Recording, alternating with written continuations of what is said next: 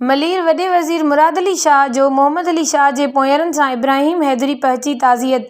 मोहम्मद अली शाह सिंध जे मुहाणनि जो सघारो आवाज़ करार। वॾे वज़ीर जी शेरपाव कॉलोनी में मुआश ॻोठ वाक़े जे शहीदनि जे वारसनि सां ताज़ियत। शहीदनि लाइ 10 लख रुपया ॾियण जो ऐलान। तफ़सील मूजिबि सिंध जे वॾे वज़ीर मुराद अली शाह इब्राहिम हैदरी पहुची पाकिस्तान फिशर फोक फॉर्म जे चेयरमैन मोहम्मद अली शाह जे लाॾाणे ते संदसि वॾे पुट आसिफ शाह सां ताज़ियत कई। इन मौक़े ते सिंध काबीना जा मेंबर एडमिनिस्ट्रेटर कराची मुर्तज़ा वहाब, सूबाई वज़ीर साजिद जोखियो, सलमान अब्दुल्ला मुराद MNA, आगा रफ़ीउल्लाह MPA, सलीम बलोच, राजा रज़ाक, मोहम्मद आलम जामोट, अदील अख्तर शेख गॾु हुआ। इन मौक़े ते वॾे वज़ीर ॾुख जो इज़हार कंदे सहाफ़ियुनि सां ॻाल्हाईंदे चयो त मोहम्मद अली शाह जो विछोड़ो सिंध जे मुहाणनि जो वॾे में वॾो नुक़सानु आहे। मोहम्मद अली शाह मुहाणनि जे हक़नि, दरियाहनि, ढंढनि ऐं कुदरती वसीलनि जी बहालीअ लाइ हमेशह आवाज़ बुलंद कयो।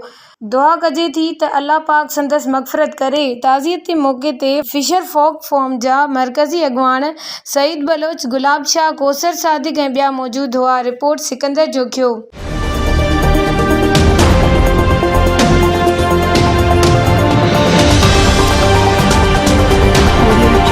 वधीक अपडेट लाइ असांजो फेसबुक पेज लाइक कंदा, सिंध रंग न्यूज़ यूट्यूब ते सब्सक्राइब कंदा ऐं बेल आइकन खे प्रेस कंदा।